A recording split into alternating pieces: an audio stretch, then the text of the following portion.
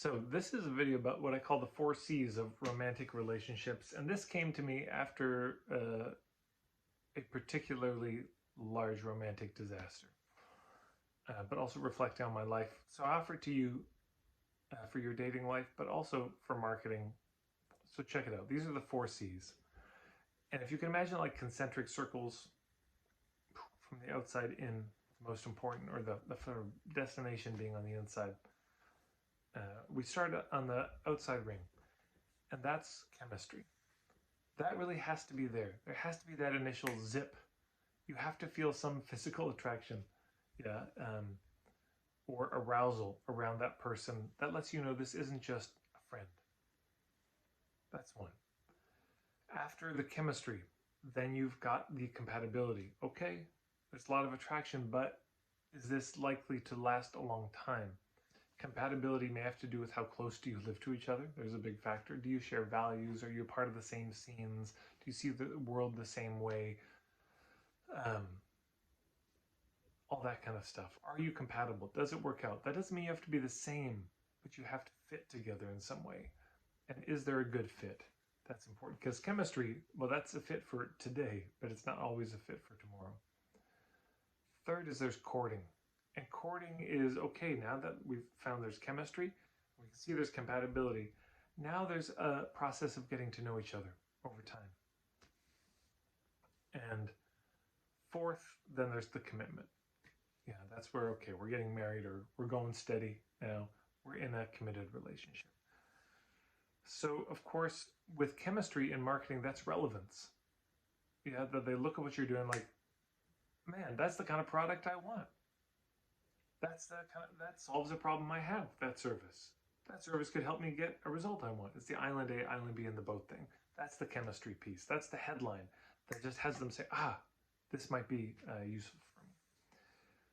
Compatibility is now where we get into point of view work a lot, and we get into who are we as the captain of this boat taking them from one island to the other, or the shipbuilder making the boat.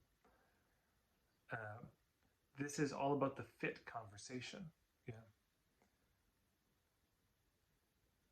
and filtering that I talk about in marketing. Then there's the courting, and the courting is all about making sure it's very safe for people to approach you and check you out from a distance, because just because they got the spark of this might be of interest, and the filtering is basically done, that doesn't mean they're going to buy today. Most people don't buy today, they buy tomorrow. So the courting is finding ways to continue to be useful to these people who you may never speak to directly, but you pay attention to the people in your community. What do they need? And you try to be as useful as possible. Yeah, you're giving before you receive anything. You're offering value in some way. And then commitment is they buy. They sign the contract. They're in. They're a client. They've committed in some way. So let me recap. Those are the 4. I'd love to hear your thoughts if you think I missed something, or maybe you see something in the connection between my work and dating in that I missed. Outer ring, chemistry. Then compatibility. Then courting. And then commitment. Those are the 4, and I think we really do need to go through all those stages. And I think the biggest one is the courting one. The chemistry happens instantly. The compatibility happens quickly. The courting and trust building, that takes a lot of time. And the commitment, that's a kind of decision. That's a moment. Most of it is courting, not seduction. And there's a whole article. I'll see if I can remember to post it. But if you go to marketingforhippies.com, type in courting seduction, you'll see the article. I think I've done a video on YouTube about it too. I've done so many videos, I can't remember what I've done.